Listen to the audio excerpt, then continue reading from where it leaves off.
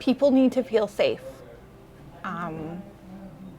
I find that that's the biggest thing, because once you create a connection, once you create a relationship, then helping people is a lot easier. I have a sister who has 3 beautiful children, and a couple years ago started using substances and just kind of went downhill from there. And I was super close with my sister. We grew up exactly the same. We grew up in the same home. We were loved, we were nurtured, but somehow she went down a different path. For my own reasons, I needed to set some super firm boundaries, but just knowing that she's always loved, always cared for, and no matter what, like at the end of the day, you're still going to be there to support them, because people are allowed to make mistakes. People are allowed to be different, and people deal with things differently. And if it means they're going to use substance and continue to use it, you just still need to love them, because that's what people deserve. Nobody really knows what people are fighting inside. You can't make anybody do anything. You can help them along the way. You can support them and provide safe space, provide a listening ear, a judgment-free zone. But at the end of the day, people are going to do what they need to do.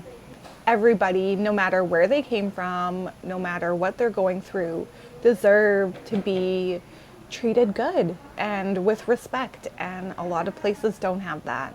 One of the big ones is, because I deal with a lot of moms who have kids who have ministry involvement, is I'm not a good enough mom. That's a big label. I'm not good enough to parent. I don't know how to do this. I find a lot of that comes from when they have to make a case plan with a social worker, because you have a worker going into a home saying, this isn't fit for a kid to live in. And that mom being like, well, I didn't necessarily know that this wasn't fit. We're here and we're doing okay. At Family Support, I run a semi-supported living facility for moms who are transitioning back into having their kids in their care, or where they just didn't have a home to live, and there was kind of, if you don't find somewhere to live, your kids are going to get taken away. So we run visiting suites for families to use.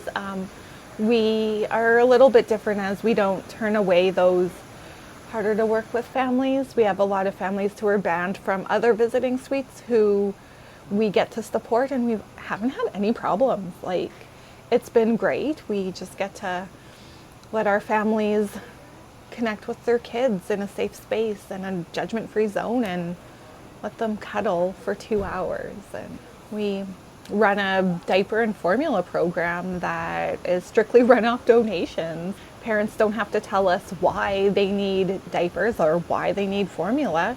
They just call us and they say they need it, and we give it to them, no questions asked.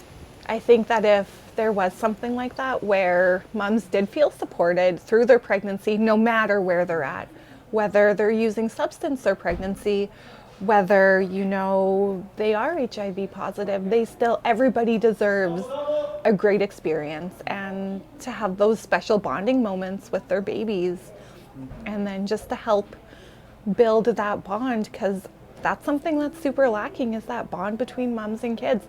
And it is so freaking hard. That's what's going to create a successful human one day, is knowing from the second they were born that they were loved, that they're cared for, that they're safe and secure.